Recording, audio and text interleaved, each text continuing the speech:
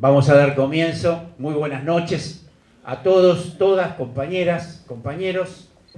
Bienvenidos a nuestra sala Solidaridad del Centro Cultural de la Cooperación Floreal Gorini. Aquí estamos hoy en un encuentro que, bueno, tenemos todos una gran expectativa, convocados por la Universidad de Quilmes y nosotros el Centro Cultural de la Cooperación. El panel, primero nuestro invitado especial, Juan Carlos Monedero.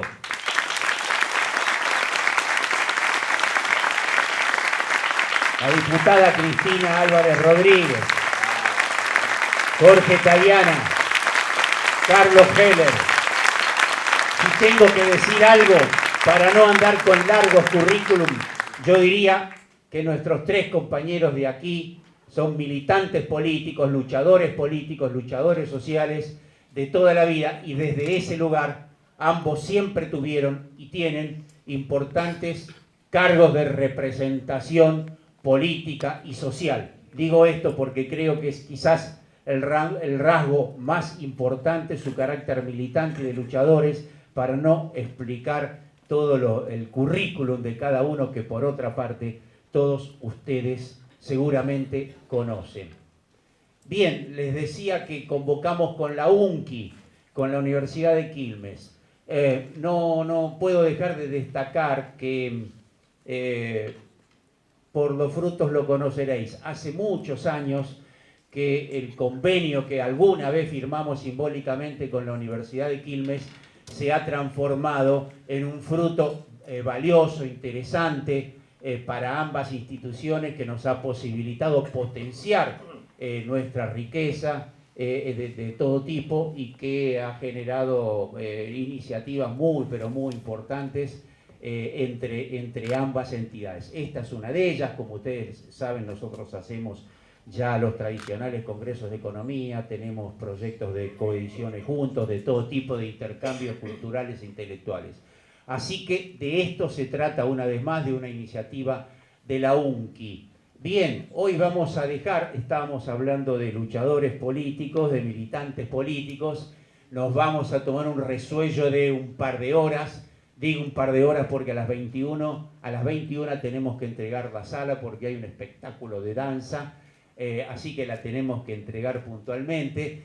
Pero decía, vamos a hacer un recreo a la lucha política para dar paso a un intercambio de ideas, al debate de ideas, alrededor de temas cruciales para, en fin, los luchadores que en nuestro continente y en todo el mundo tenemos la perspectiva de siempre cambiar el mundo, y para eso tenemos que discutir acerca del Estado, tenemos que discutir acerca de la democracia, que son quizás dos de los ejes principales que hoy van a estar en debate. Cierto es que para nosotros la democracia es un elemento vital. Para nosotros, me refiero, para el campo popular.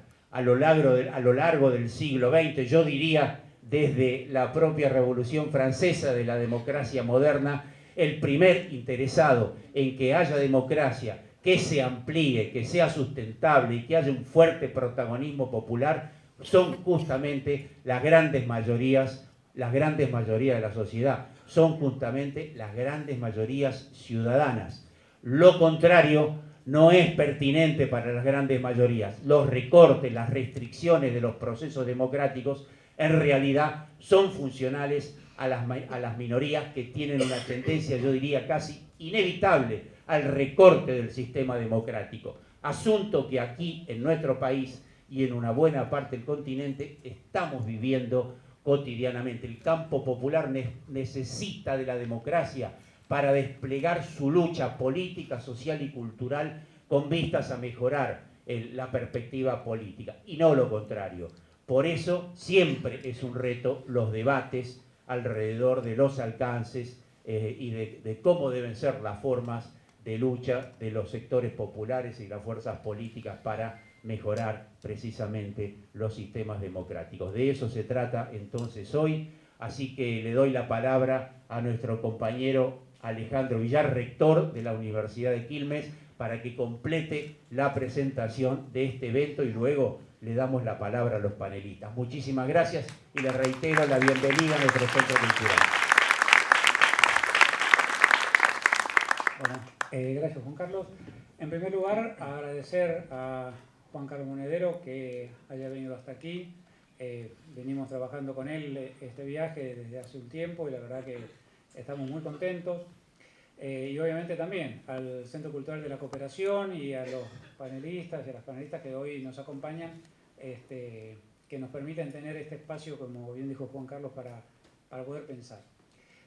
Nosotros hoy estamos en conflicto, digamos, hoy no hay clases en las universidades argentinas, hoy hay 2 millones de estudiantes de las universidades públicas que no tienen clase porque estamos en un conflicto gremial, no se ha cerrado la paritaria, el gobierno ofrece un 15% de aumento salarial con una proyección de inflación que supera el 30%, como todos sabemos. Las universidades estamos en un estado de movilización y es importante entonces que sigamos actuando, que sigamos realizando actividades. Nosotros estamos convencidos que una de las tareas que tiene la universidad pública es la de generar espacios de debate pluralista, de generar lugares donde aparezcan nuevas ideas, donde podemos discutir, confrontar las ideas, y por eso se nos ocurrió la idea de traer a Juan Carlos Monedero para generar estos debates, estos lugares que creemos nosotros la universidad pública tiene la responsabilidad de alimentar, ya que el mundo mediático viene apagando cualquier tipo de espacio para poder desarrollar estas ideas. Esta es una parte del compromiso que nosotros tenemos y por eso, digamos, estamos muy orgullosos de poder generar estos espacios, de que aquí se generen ideas y que esas ideas sean discutidas y contribuyan a airear un poco este estado de la política argentina que se basa en gritos y en acciones mediáticas que no nos dejan pensar un poco, bueno, cómo vamos a salir de la crisis a donde nos están llevando a una velocidad inusitada. Así que nada más, agradecer la presencia también de todos y dejamos escuchar a nuestro invitado. Pues muchísimas gracias, rector, gracias a mi tocayo Juan Carlos, a Beto Borro, a ustedes por estar aquí, a la gente que está afuera, sentadas en la escalera. Decía la Biblia que los últimos serán los primeros, no se lo crean. Ayer en Quilmes decidimos ofrecerle ese esfuerzo colectivo de discusión y hoy quiero hacer lo mismo a Chicha Mariani, porque se lo merece.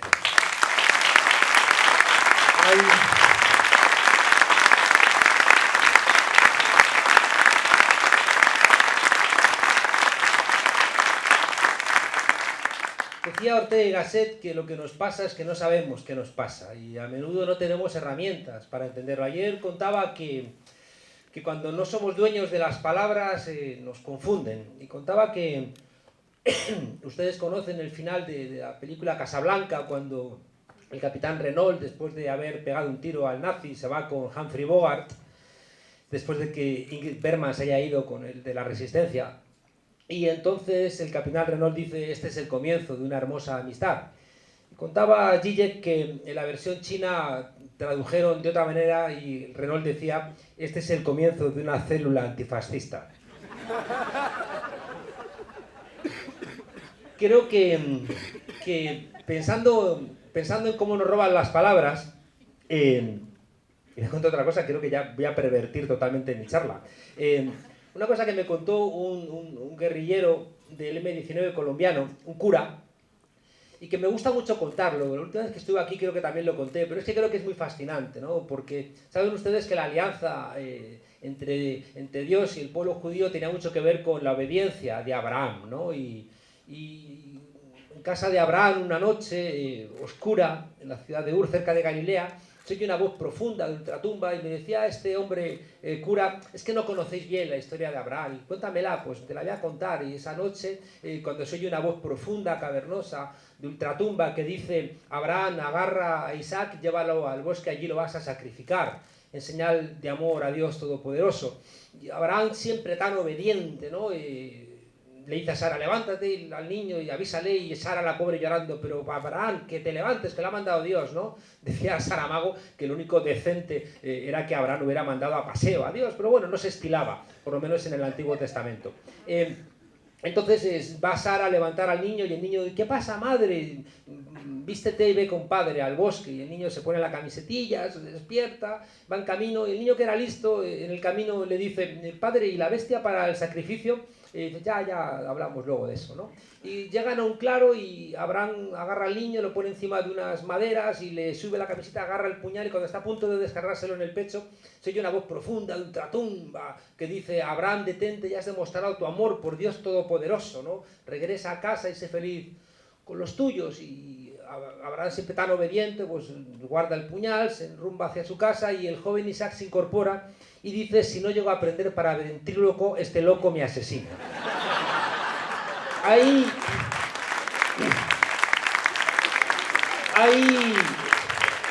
un problema en la política, y es que nos han robado las palabras. Hemos perdido la posibilidad de nombrar a las cosas tal cual son, ¿no? Saben ustedes que no hay muertos, sino daños colaterales, no hay despidos, sino ajustes de plantilla, no hay estancamiento, sino crecimiento cero.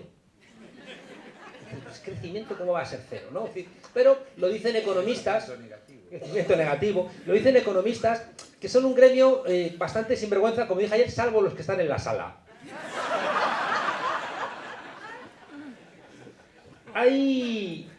Miren, hay una obligación, ¿no? de ser dueños de nuestras palabras y de ser dueños del diccionario. Y no es gratuito, fíjense ustedes, que los gobiernos conservadores sean enemigos de las universidades públicas, sean enemigos de la memoria.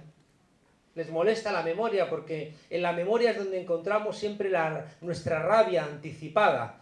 Necesitan siempre ganar el pasado, ¿no? Y por tanto les inquieta profundamente cuando revisamos el pasado a la búsqueda de lo que realmente ocurrió. En España habrán visto ustedes que tenemos una pelea bastante descomunal por querer sacar de un mausoleo a un genocida como Franco, ¿no? Donde en mi país todavía hay 115.000 personas enterradas en fosas comunes y en zanjas, fusilados por ese genocida colaborador de Hitler y de Mussolini. Y sin embargo el Partido Popular, Ciudadanos, se niegan, ¿no? a que desenterremos, ¿no? a ese asesino y que su familia haga lo que buenamente quiera con él, porque de alguna manera remover ese pasado implica remover también el presente. Tocar ese pasado, fíjense ustedes, significa algo que también he visto en Argentina. Siempre hay una verdad oficial que construyen, ¿no? los poderosos. Y siempre cuando cuestionamos esa historia, de repente vienen y nos dicen, no toquemos el pasado, no abramos las heridas, ¿no? Es decir, que solamente les vale siempre una interpretación que es funcional para su situación de poder. En cambio, creo que tenemos el imperativo, ¿no? moral de revisar la historia, y porque en la historia, como les decía, encontramos por un lado cuando, ¿no? anegaron las posibilidades de desarrollos alternativos, y también en la historia, como les decía, encontramos a menudo las razones para seguir hoy peleando, ¿no? para salir de la resignación. Miren ustedes, vivimos en sociedades capitalistas, y esto implica que vivimos en sociedades obligatoriamente atravesadas por crisis. Ha habido 4 grandes crisis, en el siglo XX ha habido 3 grandes crisis que han afectado a todo el ámbito capitalista, América Latina, Asia, Europa, que son la crisis de 1929, la crisis de 1973 y la crisis más actual de 2007-2008. Fíjense ustedes, pensando que quería compartirles, creo que es importante que sepan ustedes lo que hicimos en España en las 3 crisis, porque creo que es algo que nos da bastante luz. En la crisis del 29, siempre, invariablemente, el statu quo quiere cargar sobre las espaldas de las mayorías la recuperación de la ganancia de las empresas. Es una constante. ¿Y eso qué genera? Genera damnificados. Y afecta a los sectores populares y también a las clases medias. ¿Saben ustedes qué hicimos en España en 1929 cuando la crisis afectó a España? Cuando quisieron solventar la crisis sobre las espaldas de las mayorías, nos juntamos sectores populares y clases medias para impedir esa salida. Y eso significó la Segunda República Española en 1931. Las clases medias se beneficiaron de un incipiente estado social, de puestos de maestros, de maestras, de puestos en el Estado, de un acceso a la cultura, de colegios bilingües, ¿no?, en aquel entonces, y los sectores populares también se beneficiaron de la misma manera de acceso a la cultura, de jornadas laborales decentes, de vivienda, de alfabetización. Fue tan importante esa unión de sectores populares y clases medias que tuvieron que dar el golpe de Estado del 18 de julio del 36, donde al fracasar se desarrolla una guerra civil que gana Franco con ayuda de Hitler y de Mussolini. Segundo gran momento de crisis, 1973, que saben ustedes que es la subida de los precios del petróleo, la guerra de Yom Kippur, una caída de la productividad donde ya hay demasiada competencia. En ese momento, fíjense ustedes, una vez más, el planteamiento es cargar sobre las espaldas de las mayorías la solución de la crisis, con despidos, con recortes, con bajadas de salarios. ¿Qué hacemos los españoles? Nos juntamos una vez más sectores populares y clases medias para impedir que una dictadura que era de clase, que era el franquismo, se mantuviera. Y es la transición, en lo más hermoso que tuvo la transición en España. Fue tan importante, fíjense ustedes, esa unión de clases medias y sectores populares, que una vez más, por estar juntos, pudimos salir de la dictadura, pudimos salir también de esa construcción de clase y por vez primera en España tener, por vez primera, digo, un Estado social, que tuvieron que dar el golpe de Estado del 23 de febrero del 81, que fue un golpe que nos disciplinó de nuevo a los españoles y en el año 82, cuando entra el Partido Socialista, entra disciplinado en el gobierno. 2007-2008, una vez más, crisis. ¿Y cómo respondemos los españoles? Nos juntamos en las plazas, clases medias, empobrecidas y sectores populares en el 15M, en el movimiento de los indignados. Y fíjense ustedes que eso genera también una posibilidad de cambio que genera a su vez una respuesta muy fuerte por parte del poder, en este caso contra la concreción de ese movimiento, que es contra Podemos. Yo siempre digo que a mí me han intentado fusilar varias veces en España, me han fusilado, pero me han fusilado mal, ¿no? Que es como decía Gila, que le habían fusilado, pero le habían fusilado mal, le había quedado una pequeña cojera. Fíjense ustedes que ha habido una respuesta muy virulenta, europea, con intentar silenciarnos matándonos civilmente, ¿no? Intentando acusarnos de cualquier tipo de barbaridad, en connivencia los medios de comunicación, sobre todo el poder político bipartidista y sobre todo con la voluntad de que no se estableciera ningún tipo de alternativa. Es muy importante que entiendan ustedes una cosa. Ha habido dos grandes tradiciones en la política, que es la tradición liberal y la tradición democrática, que la podemos rastrear desde los tiempos de la Grecia clásica. Y no es que en Grecia hubiera democracia. En Grecia saben ustedes que las mujeres no eran ciudadanas, que los esclavos no eran ciudadanos, que los extranjeros no eran ciudadanos, pero sí que es verdad que ahí se establecieron por primera vez algunos rudimentos, ¿no?, de colaboración de la ciudadanía en la marcha de lo colectivo. Me interesa mucho recordar de esa Grecia clásica que había dos principios que les pido que no los olviden. Uno era la isonomía, isos es igual y nomos es ley. La isonomía era el reconocimiento de la igualdad ante la ley de toda la gente que fuera ciudadana. Pero había otro principio muy hermoso, que era la isegoría, que era la igualdad de todos los ciudadanos en el ágora pública. Es decir, el derecho de todos los ciudadanos a hacer valer con sus propias palabras sus propios intereses y no delegarlos, ¿no?, que era una cosa muy relevante. Bien, la teoría liberal, no nos olvidemos, la teoría liberal nunca ha sido democrática en sus orígenes. Un tipo como Locke, que es uno de los grandes referentes liberales, escribía en su tratado: el rey nos considera esclavos, pero Locke tenía plantación de esclavos. Es decir, que él solamente entendía la esclavitud si le afectaba a él, pero no veía en los negros que tenía esclavizados ni siquiera seres humanos a los que tuviera que considerar como tales. Edmund Burke, cuando planteaba que el Parlamento representaba a la nación, ni siquiera las mujeres votaban y, por supuesto, los pobres o los trabajadores no votaban. Sin embargo, en la concepción liberal, el Parlamento representaba a todos, ¿no? El liberalismo es una teoría normativa de la sociedad, no es una teoría positiva, no nos explica lo que es, sino que nos explica lo que según ellos debe ser. Los liberales han estado siempre en contra de Cánovas del Castillo, que dio nombre a la fundación del Partido Popular. ¿Por qué será? Resulta que era un tipo que se posicionó claramente en contra del sufragio universal, con buena lógica. Decía, si los pobres son más que los ricos, si los pobres votan, nos van a fastidiar a los ricos, ¿no? Había otros de derechas también, pero más listos, que decían, no, les vamos a dar el voto y nos van a votar a nosotros.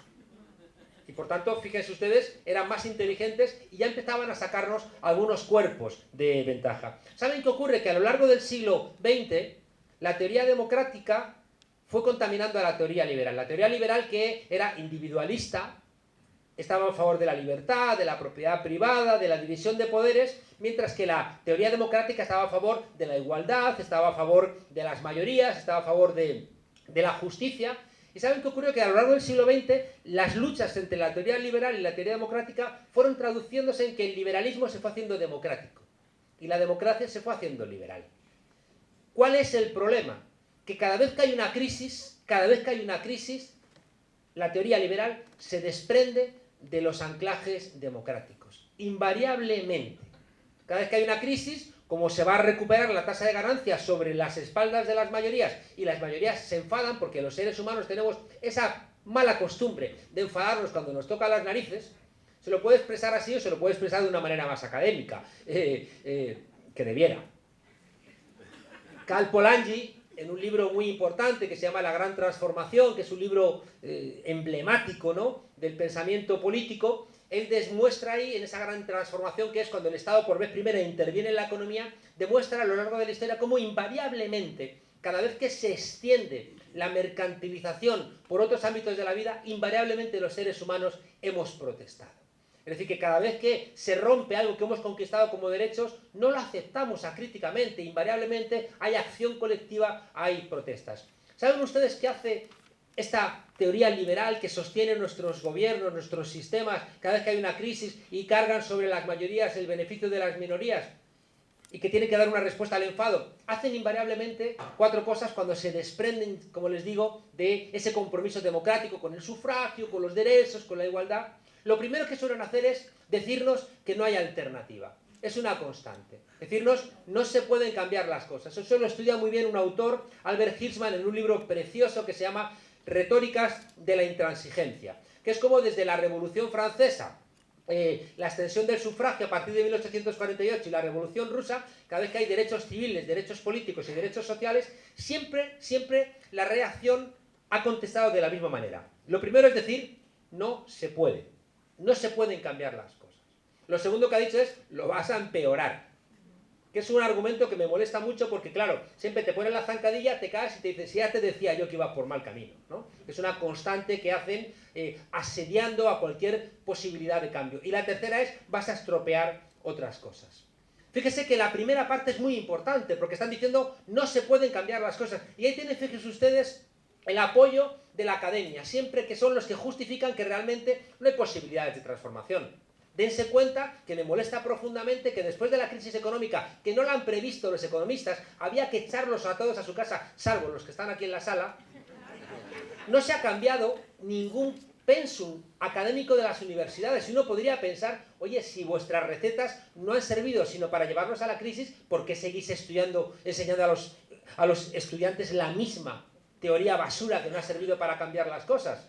Es que si una facultad de medicina siguiera recetando remedios que matan, reaccionaríamos, pero con los economistas no, porque son los nuevos brujos que te plantean, mira, los activos líquidos en manos del público partido por la inflación, teniendo en cuenta la transformación de los índices de crecimiento, el negativo y el positivo, transitado también por la productividad negativa, estás despedido.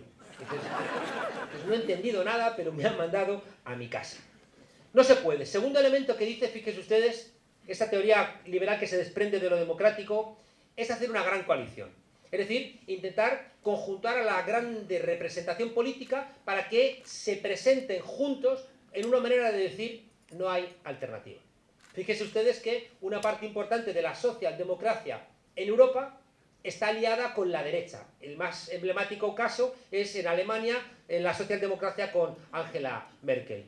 Cuando nació Podemos hace 4 años, la hipótesis que yo mantenía era exactamente esa. Vamos a nacer nosotros, el PSOE se va a juntar con el Partido Popular, una parte decente del Partido Socialista se va a ir y con esa gente más todos los demás vamos a montar alguna suerte de frente amplio para intentar repensar la política de manera diferente. la tentación de hacer un frente amplio, que es una manera indirecta y un poquito más elegante de decir con la alternativa, está siempre presente ahí. Está hoy en día aquí presente, donde hay gente que incluso desde sectores peronistas estarían dispuestos a acordar con Macri para insistir en esa dirección, no hay alternativa, ¿no? Y por tanto sería una suerte de fraude democrático, ya que si las dos grandes fuerzas políticas existentes te dicen lo mismo, de alguna manera clausuran la posibilidad de pensar la alternativa. La tercera salida siempre es buscar un populista de derechas, es decir, una persona que es un insider pero que se presenta como un outsider. Es decir, alguien de dentro del sistema pero que se presenta como un enemigo del sistema. Vamos, ¿no? Un millonario que te dice, yo voy a solventar los problemas de los pobres, ¿no? Y le miras con cara perpleja y dices, pero me está usted tomando el pelo, pero luego le votan como a Donald Trump. O como a Macri.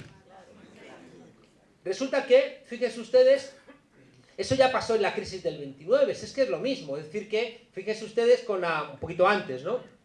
Con el Tratado de Versalles, ¿no? Que empobreció tanto a los alemanes, por la mañana Hitler agitaba, ¿no? Los excesos del sistema de paz que imponía Versalles, pero por la noche se reunía con los Krupp, con los de IG Farben, con los de Telefunken, se reunía con los grandes empresarios que financiaron el nazismo. Y por tanto, esta búsqueda de un populista de derechas convence a gente para que apoyen a sus propios verdugos. Y es una constante que están haciendo. Y la cuarta solución suele ser, si no funcionan las otras tres, suele ser el recurso al autoritarismo. Fíjese que es bastante probable que se den siempre las cuatro juntas de algún tipo de manera, ¿no? Que haya algo de gran coalición, que haya algo de discurso de la imposibilidad del cambio, que haya algo, ¿no? De populismo de derechas y que haya algo también de violencia. ¿Qué significa esto? Fíjense ustedes, significa que al final la población, cuando ocurren estas respuestas y no triunfan las alternativas, nos sumen a todos nosotros, y está pasando en Argentina, ha pasado también en España y todavía pasa de alguna manera, en que nos fragmentan, en primer lugar. En segundo lugar, nos confunden. En tercer lugar, nos resignan. No pierdan ustedes de vista que hay más indiferentes que indignados. Hay más indiferentes con la política que indignados. Y por último, nos asustan. Hay un problema entre ese ámbito antaño llamado izquierda, que me cuesta trabajo referirlo sin más como la izquierda, porque yo ya no sé muy bien qué significa la izquierda. Lo de izquierda es Pol Pot, el Papa Francisco, Pablo Iglesias, Renzi, es como muy jaleoso. Felipe González, Olof Palme, no entiendo muy bien, ¿no? Hay como una confusión muy fuerte sobre qué significan los conceptos, ¿no? Me acuerdo que en la Segunda Guerra Mundial había un soldado polaco y un soldado soviético peleando codo con codo contra los nazis, y cae una bomba y aparece un tesoro, y entonces lo reúnen, y cuando han terminado de reunir, el soviético le dice al polaco, y ahora vamos a repartir esto como buenos camaradas. Y le dice el polaco, ¿y no podríamos repartirlo a partes iguales? Las palabras llega un momento, como les decía al comienzo, que se confunden, ¿no? Y que ya no sabe uno muy bien qué significan. Y es verdad que lo de la izquierda sí que podemos aproximarnos, ¿no? La izquierda tiene que ver con de las tres grandes preguntas de la Ilustración y de la Revolución Francesa, de la libertad, igualdad y fraternidad. El aire de familia de la construcción de la izquierda tiene que ver con la fraternidad. La burguesía no tuvo problemas nunca con la libertad, entendida como una libertad negativa, es decir, la libertad de que no interfieras mi trabajo, como decía Isaiah Berlin. No han tenido nunca problema con esa libertad entendida como la posibilidad de que nadie dificulte, ¿no? Ni el rey, ni nadie, mi tarea. Con la igualdad no han tenido problemas porque la construyeron como igualdad ante la ley. En cambio, siempre han tenido problemas con la fraternidad. Cuando se levantan los negros de Haití cantando la Marsellesa, dicen, esto no es para que lo canten los negros, ¿no? Y eso de igualdad, libertad y fraternidad no es para los negros, ¿no? La fraternidad que tiene que ver con la ayuda mutua, la fraternidad que tiene que ver con la empatía, la fraternidad que tiene que ver con algo que es muy importante en ese aire de familia de la izquierda, que es tratarnos a todos con igual dignidad. Contaba estos días que dignidad y decencia tienen la misma raíz, que es DEC, que viene del lenguaje indoeuropeo del cual viene el castellano, el español. Y DEC es una partícula que significa no humillar y no dejarse humillar, que es algo muy hermoso. Es decir, que ese aire de familia de la fraternidad que va a construir la izquierda tiene como elemento central entender que todos los seres humanos somos iguales en dignidad. En 1931, en la Primera República Española, un cacique estaba repartiendo dinero entre sus jornaleros para comprarles el voto y uno de ellos se enfadó, le tiró el dinero y dijo, en mi hambre mando yo. Que era una manera de decir, en mi dignidad mando yo. Les decía que es muy importante que entendamos que entre la derecha y la izquierda, siendo conceptos gastados, hay algo de verdad todavía permanente. La izquierda, ese aire de familia de la izquierda, tiene que ver, ya digo, con esa lucha por la dignidad común de todos y de todas, y que tiene que ver con la empatía, tiene que ver con que no nos es indiferente la suerte de los demás. Mientras que desde el campo de la derecha siempre hay un menor interés por la empatía, hay mayor atención al orden existente, hay mayor sensibilidad al miedo, mayor acercamiento a la autoridad. Fíjense ustedes que las crisis es invariable también, las suelen utilizar mucho mejor siempre las derechas que las izquierdas. Y a menudo tiene que ver porque están mejor pertrechadas cuando llegan las crisis que las derechas, que las izquierdas. Suele tener que ver, fíjense ustedes, y cuando digo izquierdas, piensen ustedes en los sectores que dentro de, por ejemplo, el peronismo hacen valer la justicia social, que tienen esa idea de dignidad, para que lo traduzcan ustedes a la realidad argentina. Hay una idea que creo que es muy importante, y es que la derecha, siempre lo decimos, ¿no? A la derecha le unen sus intereses y a la izquierda le separan sus ideales, ¿no? Una de las preguntas es, ¿por qué la derecha tiene tanta facilidad para unirse y en cambio la izquierda tiene tanta facilidad para comportarse como los organismos unicelulares que constantemente se reproducen fragmentándose, ¿no? Ya saben ustedes que por lo existente, mientras que la izquierda se guía por la transformación de lo existente. La discusión en la derecha suele ser sobre cosas concretas, mientras que la discusión en la izquierda suele ser sobre cosas construidas virtualmente a través del lenguaje. La derecha suele ser muy atenta con la eficiencia, con mejorar la eficiencia de las cosas. En cambio, la izquierda siempre está imbuida de una suerte de autocomplacencia en que poseemos la verdad y que somos superiores moralmente porque vamos con el curso de la historia. Eso, fíjense ustedes, se traduce en que no estamos atentos a la transformación concreta de las cosas, y a menudo la gente no confía en nosotros como buenos gestores porque no nos escuchan cuáles son nuestras propuestas concretas. Y les gusta nuestra música, pero no terminan de confiar en que seamos unos buenos ejecutores de esa partitura. Y no les digo nada que si estamos convencidos de que poseemos la verdad, pero esa verdad no está construida sobre elementos concretos, sino sobre discursos, basta una coma en un sitio diferente para que creemos el Frente Judaico de Liberación enemigo del Frente de Liberación Judaica, como nos contaba la vida de Brian. Me interesa mucho, casi para terminar, que era lo que quería compartir con ustedes, que reflexionemos por qué nos cuesta tanto cambiar. ¿Por qué a ellos les cuesta tan poquito y a nosotros nos cuesta tanto? ¿Por qué ustedes tienen que comulgar con un presidente que tiene dinero en paraísos fiscales y en Brasil encarcelan sin pruebas a Lula da Silva? ¿Por qué nosotros hemos podido echar a Rajoy casi por casualidad, con 1000 casos de corrupción en su partido, mientras que ellos han estado a punto de tumbar a la alcaldesa de Madrid acusándola de una desviación inexistente en el contrato de las bicicletas del Ayuntamiento de Madrid? Fíjense ustedes que tenemos que darnos cuenta de cómo está operando el poder, porque si no lo sabemos, son como francotiradores que nos disparan y no les vemos. Y por eso fíjense ustedes uno de los elementos, y le agradezco mucho al rector la invitación, porque o volvemos a estudiar, o volvemos a pensar, o volvemos a esforzarnos, o estamos perdidos.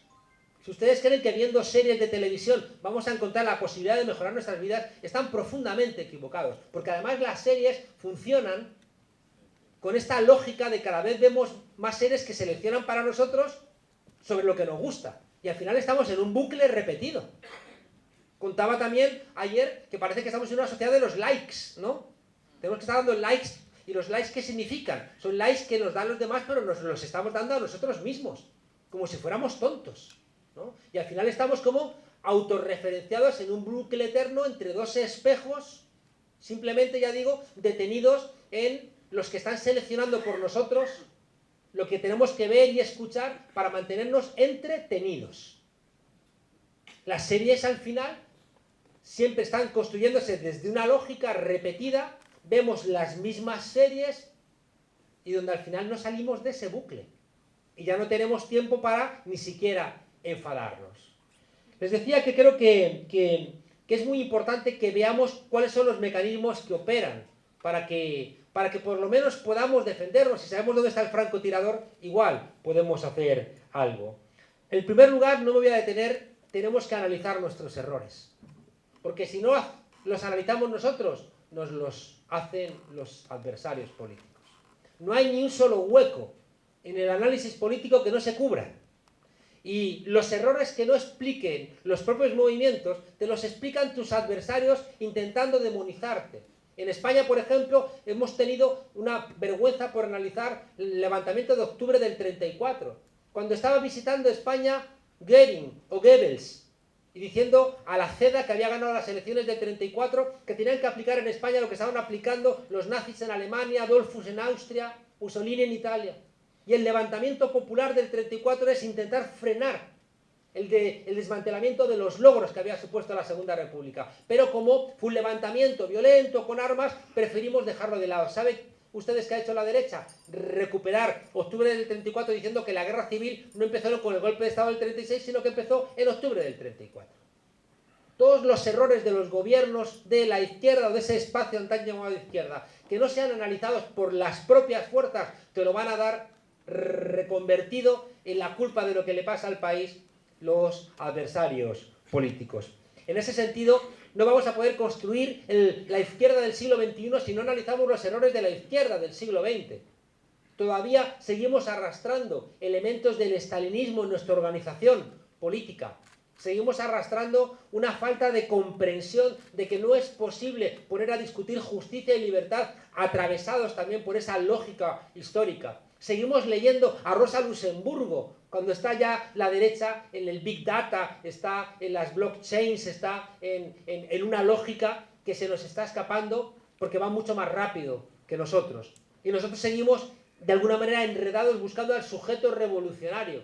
Ayer contaba que los de la Internacional Comunista van a Perú a echar de la Internacional Comunista a Mariátegui, que era el secretario general del Partido Comunista Peruano, con el argumento de que Mariátegui estaba leyendo mal a Marx porque quería hacer la revolución con los indígenas. Y van allí esos dos idiotas y le dicen: te tenemos que echar porque no eres un buen marxista. Estás diciendo que la revolución se hace con los indígenas y Marx dice que se hace con los obreros. Y dice: oiga, aquí la mayoría son indígenas. ¿Que dónde dice Marx que es con los indígenas? Hala, afuera, a tu casa, ¿no? Es decir, es como una estupidez profunda. Pero cuidado, en España la última amnistía después de la muerte de Franco en el 75 es en el 77. Salen presos con delitos de sangre. ¿Y saben ustedes quién se queda en la cárcel? Los que habían protagonizado la lucha por la amnistía, las mujeres. Se quedan en la cárcel abortistas, adúlteras y prostitutas. ¿Y saben por qué? Porque la izquierda, el Partido Comunista, el Partido Socialista, decían que la lucha de las mujeres es una lucha pequeño burguesa. ¿Y saben qué les digo? Estoy muy contento de venir aquí a Argentina, porque después de la alegría que he visto en México con el triunfo de López Obrador, y después de la alegría del 40% que ha sacado Petro en Colombia frente a un gobierno narcotraficante, el movimiento de las mujeres es una señal de alegría para Argentina y para todo el continente latinoamericano.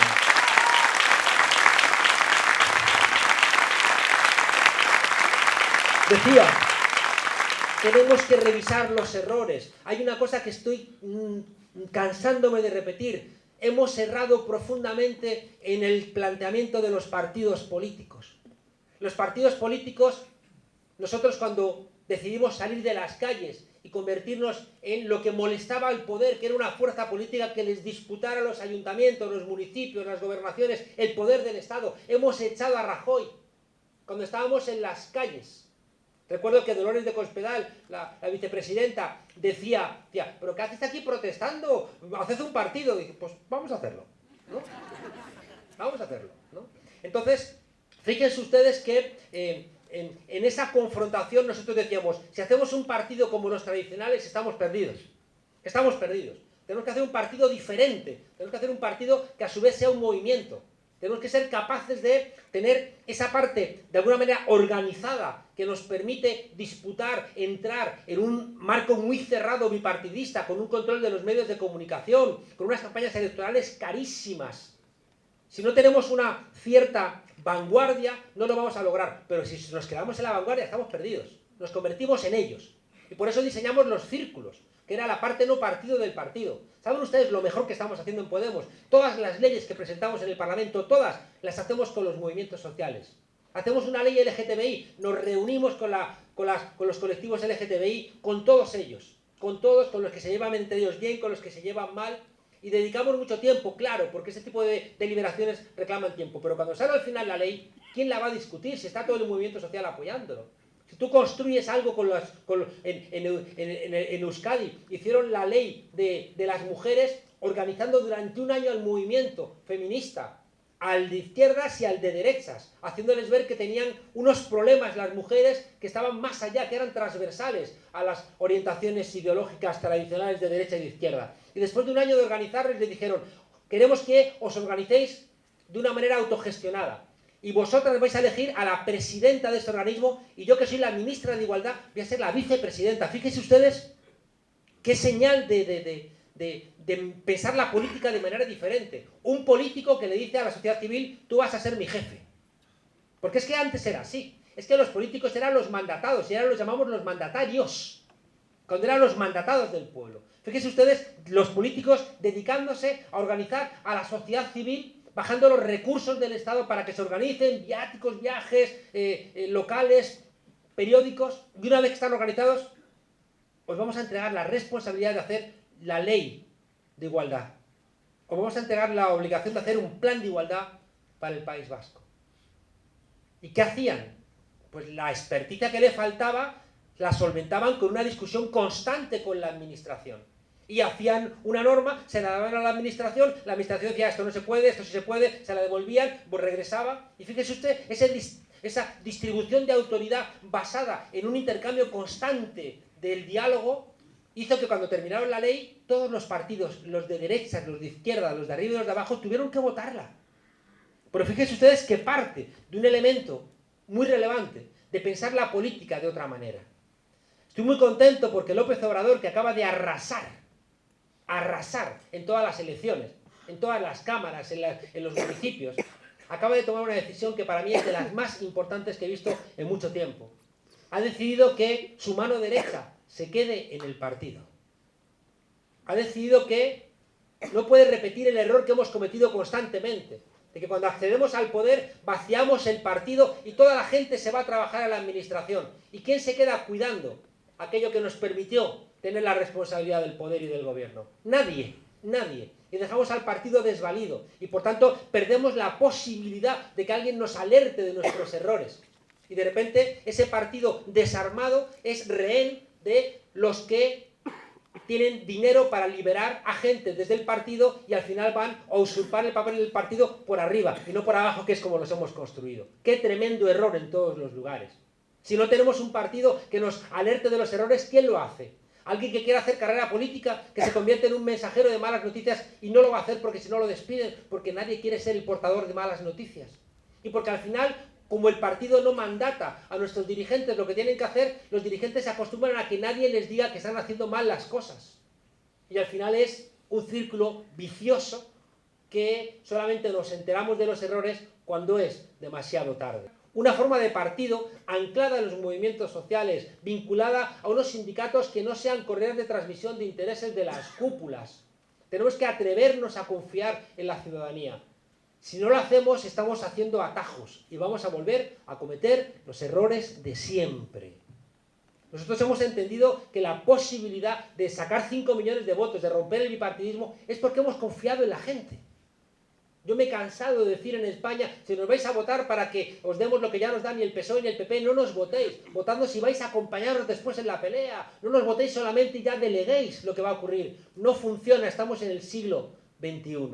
Por tanto, fíjense ustedes, esa necesidad de articular los errores es esencial. Y segundo, y ya me callo porque creo que he hablado de más. ¿No he empezado? Se lo apunto telegráficamente. En nuestro análisis, que es un análisis que lo traemos previamente de la academia, en el análisis nuestro partimos de la derrota. Tuvimos el coraje intelectual de decir que partíamos de la derrota de la izquierda en los años 70. Y partir de la derrota, ¿saben ustedes para qué nos sirvió? Para no vivir en la nostalgia, que es un problema que tienen muy profundo en Argentina por su propia constitución política. la necesidad de vincularse constantemente al pasado, les hace a ustedes ser quizá excesivamente nostálgicos. Mientras que nosotros, en el momento en que rompimos con la nostalgia, al asumir que habíamos sido derrotados, no me gusta nada ese lema tan hermoso de España de no pasarán, pasaron y se quedaron 40 años. ¿Qué hacemos? Vivimos de frases que ennoblecen nuestras derrotas. No, asume la derrota y te levantas otra vez. Y fracasas o no, y si fracasas, fracasas de manera diferente. El hecho de que nosotros pudimos partir de la asunción de la derrota nos permitió repensarnos de una manera diferente. Algo que yo vi una vez aquí en una pintada, en una pared. No sabía que era imposible, fue y lo hizo. Porque al final estamos tan lastrados por las formas tradicionales de hacer las cosas que no tenemos ni siquiera el vuelo para experimentar. Lo decía Simón Rodríguez, el maestro de Simón Bolívar, o inventamos o erramos. O inventamos o erramos. Y la única manera de que los inventos no fracasemos es si los inventos los hacemos dialogadamente, porque la gente que participa asume los errores como propios y no regaña a nadie. Ponía el ejemplo hoy no sé dónde, que si de repente unos padres tienen una crisis económica y sacan a los niños del colegio y no les explican nada, los niños se enfadan con los padres, mis padres son unos criminales. Pero si a las 8 de la noche en la cena sientas a tus hijos y dices tenemos un problema económico y no podemos pagar el colegio, van a ser los niños los que dicen papá, no pasa nada, mamá, no pasa nada, cambiamos de colegio. La política parece que no puede explicarnos las cosas y que toda la información que acumulas cuando estás en la política te genera un espacio que no puedes compartirlo con la ciudadanía porque no está a nuestra altura. Y al final hay un divorcio constante y constante que hace que estés mucho más dispuesto, como decía el presidente Chávez, decía que nadie resiste 3 escopetazos de $50.000, salvo que funcione el partido. Porque si funciona el partido, este partido movimiento, ¿qué va a aparecer alguien con un coche que sabemos que no se puede comprar? ¿Quién va a aparecer con una finca que sabemos que no se puede comprar? Si los diputados, los senadores dependen de la elección del partido, ¿cómo se van a alejar? Lo que van a intentar es verdad, lo van a intentar construir clanes, construir clientelismo, construir fracciones para intentar hacerse con el partido. Pero por eso es tan importante que el partido sea considerado como un movimiento. Porque de lo contrario, insisto, estamos repitiendo constantemente los errores, y yo lo he dicho mucho en Podemos, no venimos aquí a sustituir unas élites por otras, no. No venimos aquí a gestionar lo que existe, sino a transformar lo que existe. Y fíjense ustedes que eso implica una manera de pensar radicalmente diferente. No vamos a la política a buscar un puesto de trabajo, ya lo tenemos fuera. De hecho, hemos limitado, ¿no?, en el caso de España, como algo que entendemos que es relevante. La gente tiene que salir de los cargos de responsabilidad y regresar, porque si no se te olvida la gente, se te olvida estar con el pueblo, se te olvida saber lo que es levantarte temprano, se te olvidan demasiadas cosas. Termino de verdad. Creo que las cosas son muy difíciles, porque estamos luchando contra un sentido común. No estamos luchando contra un modo de producción, no estamos luchando contra el capitalismo, estamos luchando contra un sentido común. Decía Friedrich Jameson que es más fácil imaginar el fin del mundo que el fin del capitalismo. Uno piensa que viene un meteorito, lo manda todo al carajo y dices, lo he visto en Armagedón, ¿no? En cambio, cuando uno quiere representarse en la cabeza cómo hubiera sido el día de hoy sin intercambios mercantiles, ¡ay!, apenas nos sale. Qué hermoso que exista este sitio, donde en el mero hecho de estar aquí y allá afuera, no nos olvidamos de vosotros, los que estáis afuera, qué diferente es si de repente esto fuera un sitio mercantilizado. Igual había reventa allá afuera, ¿no? Y por tanto ahora estaríamos, fíjense ustedes, en otra lógica. Habríamos perdido... ¿Saben ustedes qué hicieron las mujeres en esta ley foral en el País Vasco? Crearon las casas de las mujeres. Y las casas de las mujeres son autogestionadas por las propias mujeres. Y están en zonas de clase media. ¿Saben qué ocurre ahí? Que una mujer de clase media mayor va a un curso que se llama Envejecer sintiéndote bella. Porque es una mujer de clase media alta, pero se siente fea porque la sociedad dice que si ya no eres guapa, porque no eres joven, no estás en el mercado de la belleza. Y esa mujer que va allí a que le den un curso para sentirse bella, coincide allí con la mujer que le limpia en su casa. Que es pobre, pero que tiene el mismo problema que ella. Y a lo mejor es inmigrante. Y ahí, porque se están tocando, ahí surge la empatía. No surge la empatía cuando votas, no surge la empatía en el Parlamento, surge cuando nos encontramos. Por eso, fíjense ustedes, es tan importante encontrar esos espacios no mercantilizados, porque ¿cómo nos relacionamos constantemente todos los días? Fíjense, y por eso la lucha es tan complicada, Es que díganme un ámbito que no esté mercantilizado. El conocimiento, el saber, la comida, la bebida, el ocio, el sexo, la amistad. Un día me llamó mi hermana y dijo, Juan Carlos, he visto tu foto en Tinder. La habían puesto sin mi permiso. Pensaron que era una posibilidad de que creciera el volumen de negocio. Yo creo que no. Estuve en la tele antes de ayer y me puse una cara gritando y todo enfadado, ¿no? Siempre. La gente cuando me conoce me dice, no sabemos que usted era así. Porque te conoce por la tele y siempre parece que estamos enfadados, ¿no? Porque nos ponen cara siempre ahí de agrios, ¿no? ¿Qué ámbito? El deporte, fíjense ustedes, está radicalmente mercantilizado. Todos los días vivimos haciendo transacciones mercantiles. ¿Y cómo nos relacionamos con los demás? Comprando y vendiendo cosas. Y las relaciones apenas queda dar las gracias, que es un reducto de cuando las sociedades no eran dinerarias. Pero nuestras relaciones constantes son así, intercambiando dinero. Y nos interesamos el del bar, que nos pone la cerveza, que gana, que no gana, o por el taxista. Contaba hoy que tenemos una pelea en España con Uber, que es una empresa en Delaware. Es una empresa que no paga impuestos en España. Y que lo que hace es romper el taxi. Romper el taxi, que es un servicio regulado municipalmente, para esclavizar a los choferes que les pagan miseria y para encarecer profundamente el servicio cuando ya no haya taxistas. Y tenemos una pelea, y ¿saben ustedes cuál es el problema? Que hay gente, imagínense incluso la hija o el hijo de un taxista, que agarra un Uber para sentirse durante 10 minutos que tiene chofer. Pero luego las otras 23 horas, 50 minutos del día, ella o él es el chofer también de los demás. Y al final en nuestras sociedades, ¿qué ocurre? Que nos sentimos todos choferes. Fíjense ustedes, sociedades muy mercantilizadas, donde no hay ámbitos desmercantilizados, donde tenemos que estar compitiendo constantemente en algún mercado para ser rentables. Sociedades, igualmente, que creo que es terrible, que nos introducen en burbujas, donde vivimos en nuestra burbuja y no queremos saber lo que ocurre con los demás. Y nos relacionamos con los demás a través de estas relaciones simplemente mercantiles. ¡Qué desastre! El mundo del trabajo, que era un espacio que nos construía nuestro carácter, hoy no dura 6 meses el trabajo en Europa. Hemos mantenido nuestro nivel de consumo en los últimos 15 años endeudándonos. Y estamos endeudados con mafiosos que si no pagamos nos rompen las piernas. Ahí está Grecia. Ayer comentábamos, hoy en la prensa, ayer y antes de ayer, Grecia ha salido del rescate y leías y decías, pero ¿cómo podéis tener tanta cara dura? 1 millón de desempleados más en un país chiquito. Un 160% del PIB de deuda. Un 180%. Una pérdida del 48% de las pensiones, del 38% de los salarios. Han perdido toda la propiedad pública. Pero esa es la propuesta que nos hacen, que seamos colonias endeudadas. Por eso les decía, fíjense ustedes, que no es fácil. Añadan que tienen ellos, que era lo que iba a empezar a contar ahora, pero no lo voy a contar. Hay un módico libro que pueden ustedes comprar. El Estado siempre se hereda. Néstor Kirchner y Cristina Fernández de Kirchner heredaron el Estado. Heredaron el Estado. Y eso... Aplaudan cuando venga la revolución. Decía...